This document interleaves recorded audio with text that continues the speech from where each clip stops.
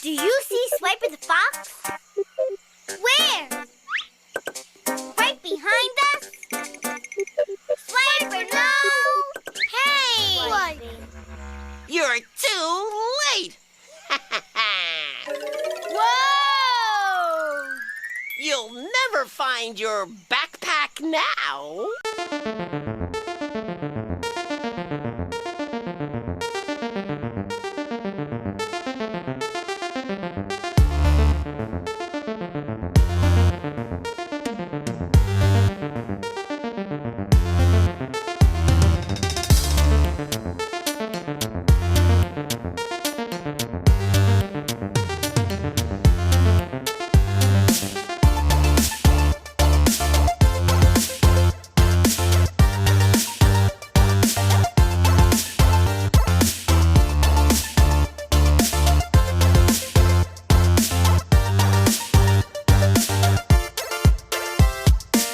Hello, everyone, and welcome back to the Furidashi podcast. I, as always, raised my arms at the beginning. You guys can't see this. I do this thing where I do the intro and I raise my arms. It's because we're having a party every time we talk about this type of stuff, honestly. You just heard Lauren. Lauren is here, too. Say hi to the fine people. Hello to the fine people. I am having a party. I don't raise my arms because I am not as awake as Nicholas at this hour, but I'm getting there. Every day in Lauren's tiny San Francisco cube is, in fact, a party. I mean, honestly, when I play my if I play Icon or I play like another like Korean, oh man, I should plug Stray Kids here now that I'm saying this all out loud because I'm such a stay. Might as well. But yeah, if I'm playing that music while I'm working, like it is literally a party in my apartment that no one can hear because the apartment is very soundproof. Yeah, I've been listening to. So for those of you who have not listened to the new Florence and the Machine album, it is absolutely amazing. I am not being paid by Florence Welch to promote her, and I am definitely not being paid by JYP. So you. But hey, either you can take our opinions as sacrosanct. You can bank on them. But that's not what we're not going to be talking about awesome music today. Although maybe at some point we should talk about game music at some point. Let's add it to the list. But today we're actually going to be following on a conversation that we had in the previous free episode when we talked about Loop Hero and sort of our ongoing reconfiguration or sort of reconceptualization of what gameplay loops are and like how you as developers and designers and just people who are interested in like game design can think about them. And we ended on the point in that episode about how okay, so we kind of constructed this dichotomy between sort of like action adventure oriented games and games that are more about sort of like totalizing control.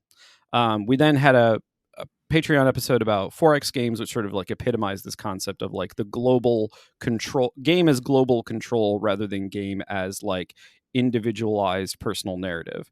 And so when Lauren and I were talking earlier, I actually reconceptualized this as games that you could broadly understand as adventure-based versus games that are broadly understood to be about sort of management, I guess you could say is the difference.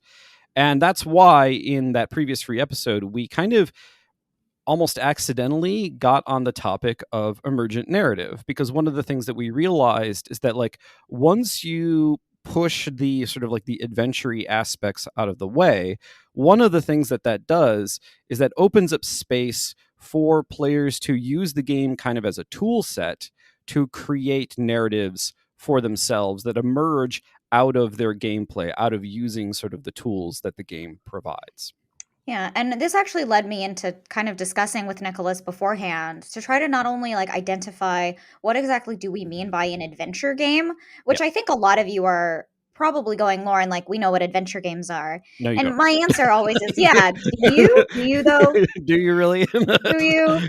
But I really wanted to kind of dig into like what is adventure, right? What is action? Right. And then also we are talking about what is management. And I think for me, just as the game designer philosophy, right, I think I want to step back from what I already have, right, as an unconscious bias for what these terms mean. And I actually want to go all the way back to, right, Nicholas, tell us, where does the word adventure come from? Well, I'm going to go with like one. Okay, so there's a problem. I should note as as a literary scholar, there's always a caveat when you're talking about etymologies because words get used in different ways in different time periods, and etymology is never like a straight line. It has various like sort of branches that feed into each other. Right, But right. For the purposes of our yeah. discussion. One of the most important of those branches, though, is something that emerged in the early history of colonialism, specifically Anglo colonialism. And so, when the peoples of the Great Britain decided that they were going to try and exploit the resources and the peoples of the Americas, um, those ventures that they went on, venture is an important word there. Those adventures that they went on were literally business arrangements and business propositions that they were engaged in coming to this. Because the thing is, like, oftentimes, especially in like the teaching of American history, it's often described as like, oh, there were these like religious refugees who couldn't practice their religion in England, which is kind of BS. And then they came to the Americas where they could make a life for themselves. That's part of it. But a lot of it was actually essentially like the landed gentry who wanted to reestablish family fortunes that were flagging. And so they came to the Americas in an attempt to do that. And so that is actually what, especially in the 16th and 17th centuries, the term adventure means. Like we even still use venture to like talk about business propositions to this day. So are you And so telling me that an adventure is really just an advertisement venture? in a So it is sense, just a giant marketing scheme that, but we have our meme of Bilbo Baggins going on an adventure. And the whole point of that was just so that he could get a ton of gold and then come back and sit on his butt. okay, but that's the sort of the high level perspective. But if you think about it from the individual perspective, so if you were one of these people who is then going to go to, literally the other side of the world to a place that you did not know, you did not understand, like there's strange people who live there who aren't going to like you. That is very much like the sort of the adventure of like, the individual character in, say, an RPG. You go into these strange lands, you meet strange people, often you fight them, and you fight them for resources that you use to like build, get better gear, et cetera, or to do quests and so forth and so forth. Like that is actually the situation that a lot of these early settler colonialists found themselves in. It's just that when we try to make games around this concept, we usually try to depict the adventurer as the good guy, or at least not the bad guy. Whereas in the case of settler colonialism, usually they were the baddies. They were the bad Unfortunately, guy. And I think yeah, this is what gets me really excited when we talk about these topics, is because this is actually learning for me as well. Um, because now I'm like evaluating, like when we look at Western video games that are all about this adventure narrative, like yeah, that is our unconscious cultural bias coming into like a colonialist narrative. And I say this because you're always the outsider, right? yep, You're always from somewhere else. And the argument that we can make in these games, right, that are more narratively focused with a pre-scripted adventure.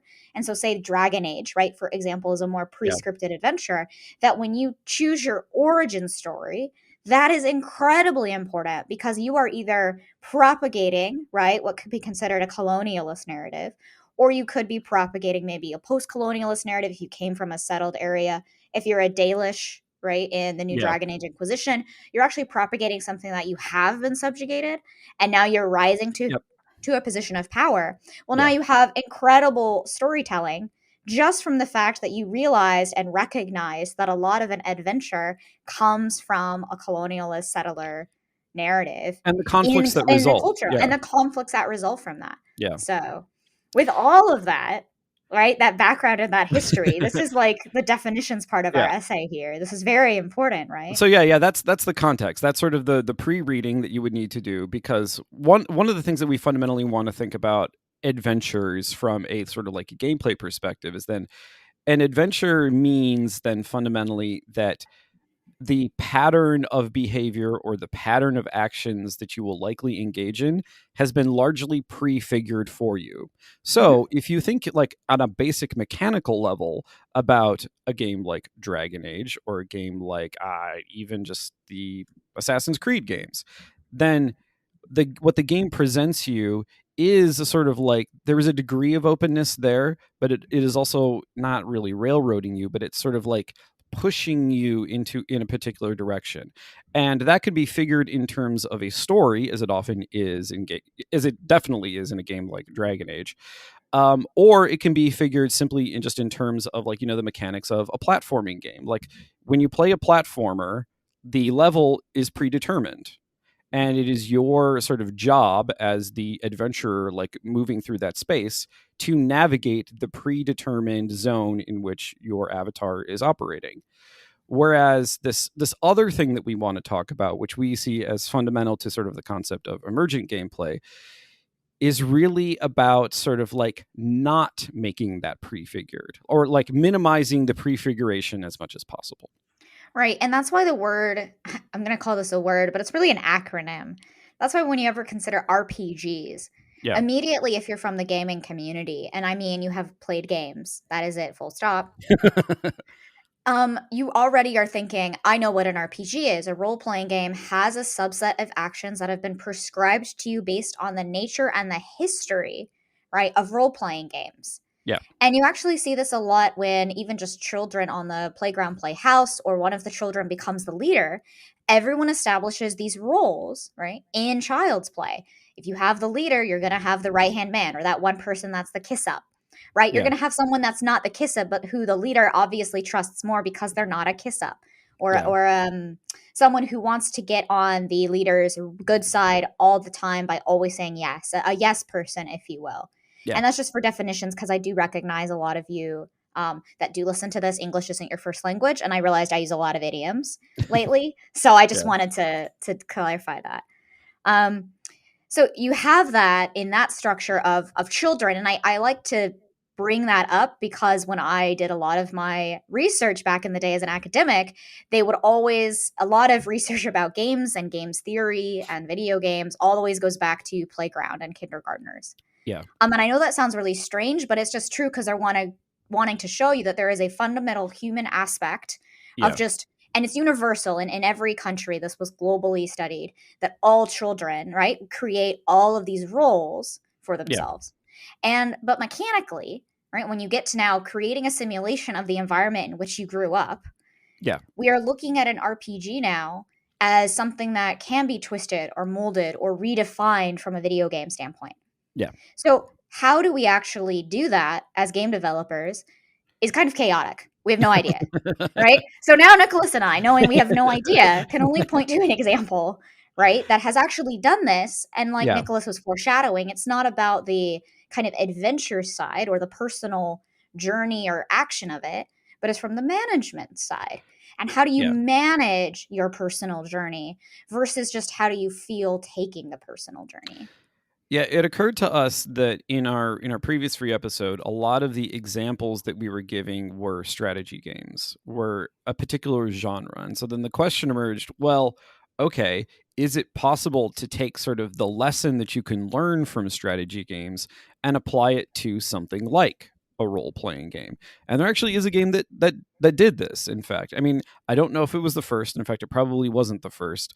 But there's a game out right now that you can go get on itch. In fact, you can play it for free on itch right now. It's a browser game, and it's called Backpack Hero. So last time we had Loop Hero, and what's interesting is that in both cases, like, so Loop Hero is all about sort of like manipulating the loop, the gameplay loop that your little dude goes through, and in this game, it does what it says in the tin. You are a hero who manipulates your backpack, and that's pretty much it. And what's interesting about this is that, like Loop Hero, it too has kind of auto battler aspects to it, because you don't you do sort of control combat, but you control combat through how you have items arranged in your backpack and by how you like activate those items over, the course of like whatever encounter that you happen to be on. And what's interesting about this is that this game isn't just really fun and really cool and has a really awesome mouse character that I love. I love the design of the character of your avatar. The fact that this game is free always blows my mind, because I constantly am paying for games, and I'm also constantly looking for deals on games, and I get that. But some of the most innovative, inspiring games that make me realize that I too am a hypocrite when it comes to inventory management as a systems designer. I'm like, you were free. It was free for me. to realize that I was a hypocrite. Thank So you. yeah. So what's interesting is that this game actually took something that's kind of always been there in a lot of other games. If you think about like, Diablo games and Diablo-like games like, Path of Exile and so forth, like inventory management is a thing, but it's not a thing. It's not a meaningful thing. It's Right. there. And so, Yeah. no, I was going to say, and so I hate it. Like, I hate inventory management in games. But when it comes to actually managing my inventory as a human being, I love packing. Oh Oh my God. gosh. Yeah, I am that person that people are like, man, I'm about moving. Like, I need help packing. And I'm like, I will be there. I'll bring pizza. I'll bring coffee. I won't even eat the pizza. I'll just pack. Because I love like Oh, organizing and making things fit into a Tetris shaped area, which like yeah. I live in 400 square feet. So Yeah. obviously it's a little more than that. I'm being a little short on myself here, It's still pretty small. but it's still pretty small. Yeah. And like I just got new hangers so that I could fit more stuff in my closet because my hangers were too wide by like 2 centimeters. Okay. I'm that person. Now, when it comes to video games though, obviously I don't want to, right, translate my life experience that might bring me joy into a Yeah. game. But Backpack Hero, I was like, oh, wait a second. Managing my inventory, right, creates this joy that allows me to see this beautiful character. And then I was like, I am a hypocrite. I I hate it in Resident Evil, Yeah. right? I hate size-based inventory. I didn't Yeah. like it in Dead Space. And here I am playing Backpack Hero. So it's worth noting. Okay, so for those of you who have not played it and want a little information about the game, so the game does have procedural levels. It has roguelike aspects to it. But the thing is, like within those procedurally generated levels, you like movement around is pretty easy. Like you don't really navigate them. There's no like 3D space that you move through. Like you literally. This is interesting. You navigate the dungeon by clicking on points on the map, and so like the map then mimics the function of sort of the backpack as well. So like the backpack is then what works on the micro scale. Like when you're actually engaged in encounters, when you have to fight slimes or rat or wolf dudes or whatever, like you manipulate what's going on in your backpack, but then when you're moving through the world, you manipulate the map. And the thing is, there's a nice synergy there because not only do the two resemble each other in the interface, but also they have a kind of natural relationship too, because you're then manipulating your inventory and manipulating a thing in your inventory. Like it all makes sense. There is, and I'm going to use the word, there is ludo-narrative harmony between those things. Lauren is very happy. She's doing the heavy dance. Little heavy dance.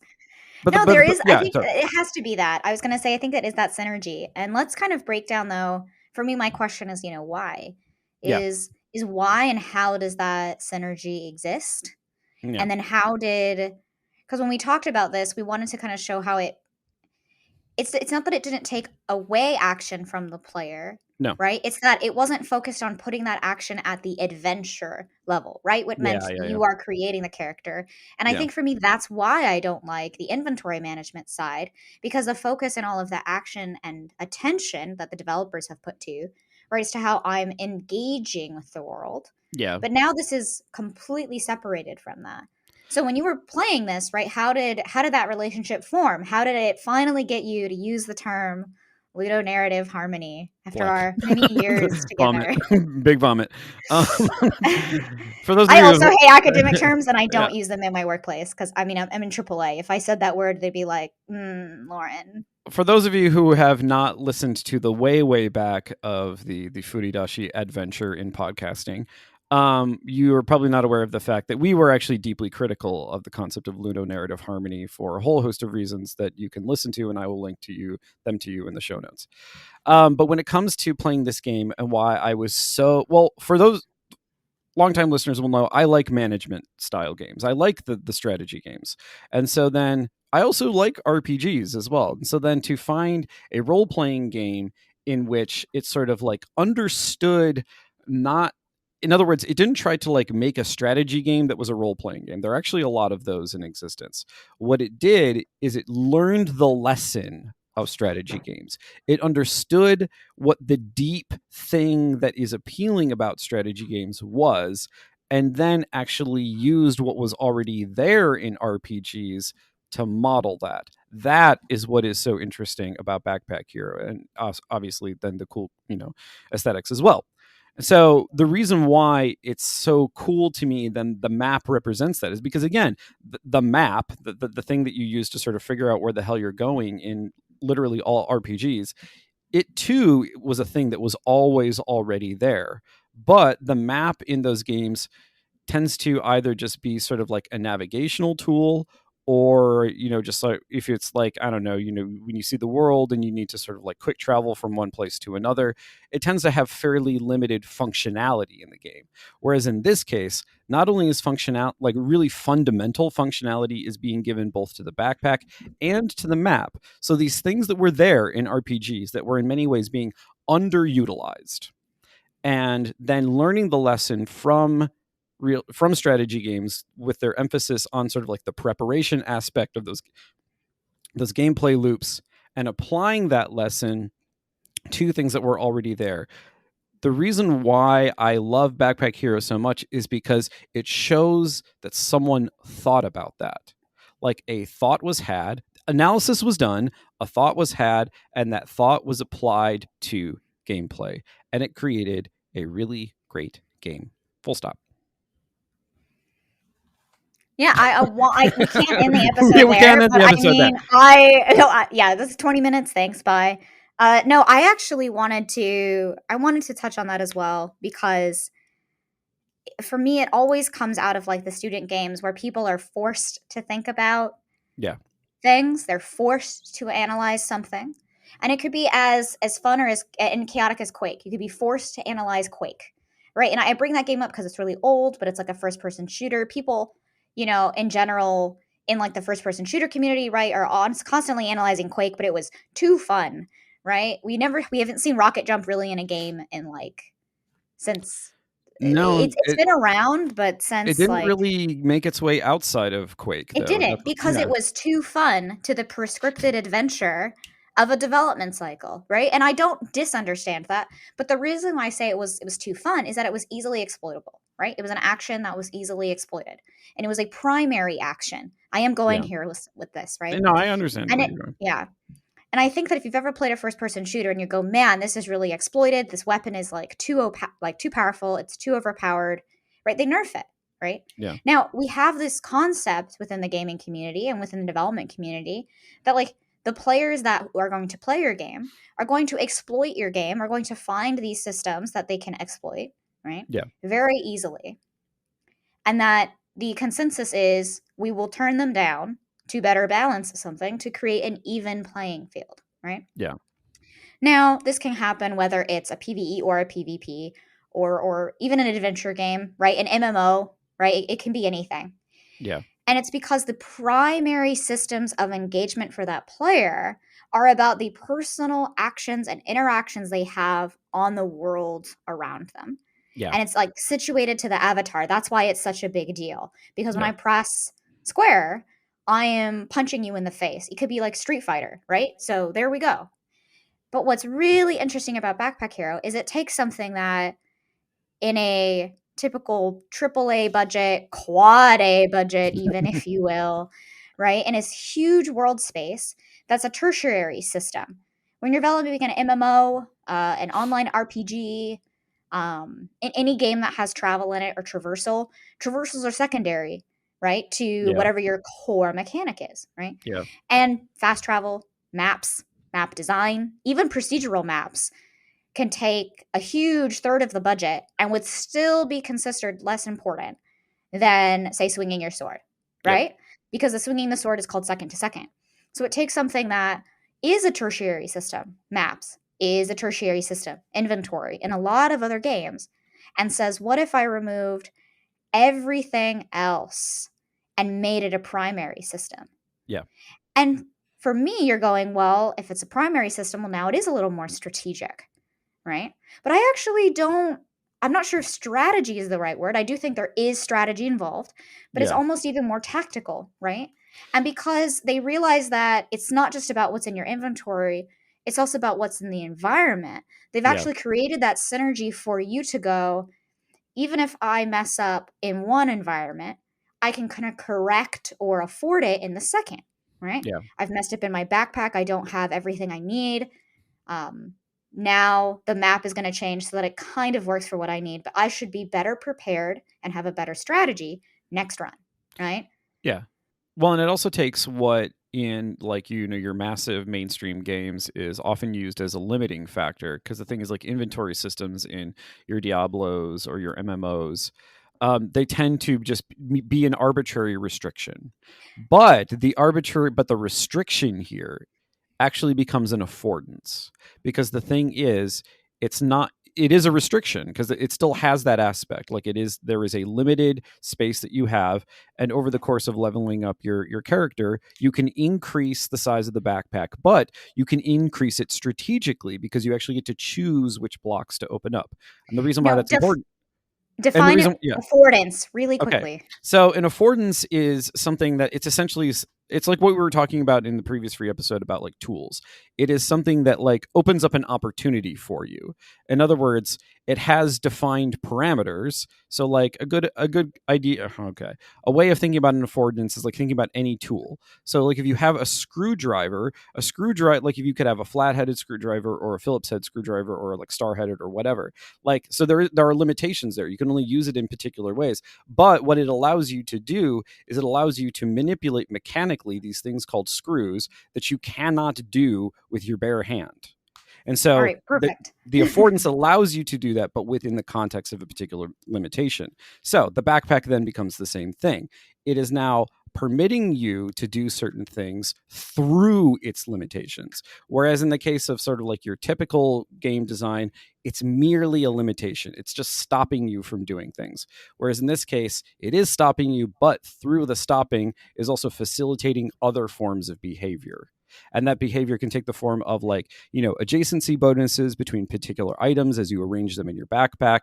And it can also take the form of like, literally then like your resource pool is right there in front of your face at the entire time. And so whereas like, if you're going into a dungeon in an MMO, you generally want to be like as loaded up with like all of the contingency stuff that you could possibly have, potions, buffs, et cetera, et cetera, et cetera. Whereas in this instance, it's actually trying to get you to think more conscientiously and, as Lauren said, tactically about those things. And also because you have to activate them in combat. It's interesting because now what is typically thought of as just being in the preparation phase is also like functioning in both preparation and the action phase. It's sort of like occupied both. Yeah, I think that's where the ludonarrative harmony comes into play, is that it has taken something that was, I was going to say preparatory, but I don't know if that's a word, and made it an activity, made it part of the activation phase. So it's not just something that you're going to forget about. It has to be something that is constantly in your face, right? It is constantly valuable. And almost running out of space can become like a detriment. Now, even though something where normally you would have gone, yes, now I have a backpack free slot, is now, oh, I have a free slot. Did I do something wrong? Right? Because that affordance isn't just the opportunity or the tool, it's the thought, right? It's the ability to recognize that with a flathead screwdriver, you can't really screw in, right? If it's for a Phillips screw head. Like you could, maybe, but In it's some not the cases, you best could. tool in the situation, right? Yep. And you know what to do with the screwdriver. And assuming someone's taught you, maybe a hammer is like an easier example. You know what to do with a hammer, right? Yeah. And a hammer is dual functioning, pull out, right? Push in. Yeah. But it's not the best tool for scenario, right? Now, this is the Rapunzel thing too, where like the frying pan is a weapon. And that's why that makes that scene funny, because you're going, wow, wait, that is not its intended use, but that is emergent narrative. I can now use it as a weapon. And now everybody wants a cast iron frying pan. A hammer is a weapon too. Yeah. A hammer is a weapon too, right? And so Yeah. I think that that's where I get excited, is because I really love increasing choice from limited options. Yeah, exactly. And usually that's not what a backpack is. It's just limiting your options. And then by the time you upgraded it, you just have everything in your backpack. So you have every option, right? Like you don't have to be strategic or tactical about it, because your focus is somewhere else in those games. But here they really show you that even if you just focused on the backpack, you wouldn't have to create like a 4X backpack game. You could create an action adventure right? Eh, Well, and just have the backpack. in many ways, yeah, no, that's precisely it, because what Backpack Hero seems to understand, maybe explicitly, maybe implicitly, is that by taking control of the preparation phase, you're also taking control of what I earlier referred to as like the prefiguration of the adventure. In other words, that thing that is like partially determined for you in sort of like the narrative broadly understood of an adventure game now is actually more in your hands than it typically is, quite literally, because it's in your inventory. And so then as a result, like, you don't actually have to discard all of the trappings of an adventure game. You only have to discard the ones that stand in the way of that that the sort of like predetermine things for you. In other words, if you hand over the determination to the player as well, you can still have an adventure game that integrates those like prefigurative aspects, like, sorry, the sort of the strategic / tactical I know you're aspects trying to of it. define it right now, so Yeah. like I can see you struggling with your hand gestures, but Yeah. like you're really no, it really is about like that. You can have an adventure and it doesn't have to be fighting monsters Mhm. and leveling up and getting better gear and items and draining people of their resources. Yeah. Like, it can actually just be about having items available to you and making the best right use of those items, and the items obviously that you find, Yeah. right? And I think that's what makes me excited, because if we're going to loop this whole back thing into where the word adventure comes from, a lot of people romanticize what an adventure is, right? Yeah. In fantasy. Why wouldn't we? I mean, I would love to go like suffer and then fight a dragon and somehow live and survive and have a hoard of gold to get me out of 400 square foot apartment into maybe a 600 square foot apartment, right? That's all you could afford with a hoard of gold in San Francisco, 600 square feet, right? So who doesn't want that? But what I think is interesting is that you don't have to have that fantastical adventure Yeah. and have to subscribe to that colonialist thought. You can actually have an incredible adventure without that and still Yeah. maybe get a hoard of gold at the end for your 600 square feet. Yeah. And so if unless you have anything else to say, Lauren, I think I actually have a good way to wrap this up. So No, please okay. wrap this up and then just cut So- the part where we talk about wrapping it up. No, I'm gonna leave it in. No, what? Why would you do this? I always leave it in. I like for our listeners to have that like sort of brief inkling into like how we interact with each other. All right, Anyway. little behind the scenes preview for the rest of you. Please subscribe to our Patreon where you get this even more. That's true. You'll have to Continue, pay for Chris. like the full behind the scenes thing. Anyway, so you were saying earlier about how like, you know, referring to the way in like children essentially like learn how to play through taking on particular roles. But the thing is, they don't invent those roles out of whole cloth. They come up with those roles by observing the reality around them and then transposing them into the games that they play with each other. Similarly, we have done I guess you could say we've done a similar thing in that, broadly speaking, in the games industry, we have accepted a particular idea of what adventures and gameplay narratives are supposed to be, and we are reproducing them. But what Lauren and I want you all to do is to actually critically examine those things that you have received, those roles that like literally a game puts you into at the start, and think to yourself, like, well, what is the holdover? What is the baggage that comes along with this? Because if you start to sort of like chip away at it and sort of like remove particular aspects and like enhance others, what you end up with is a game like Backpack Hero, where you can do fundamentally new things, even with existing tropes. And that's the point that I wanted to end on. And I thank you all for listening to this free episode. You can follow Lauren and myself on Twitter. Lauren is at the Lauren Ash. I am at Academicality. The podcast account is at Furidashi Pod. We also have a Patreon where you can get an additional two bonus episodes every month.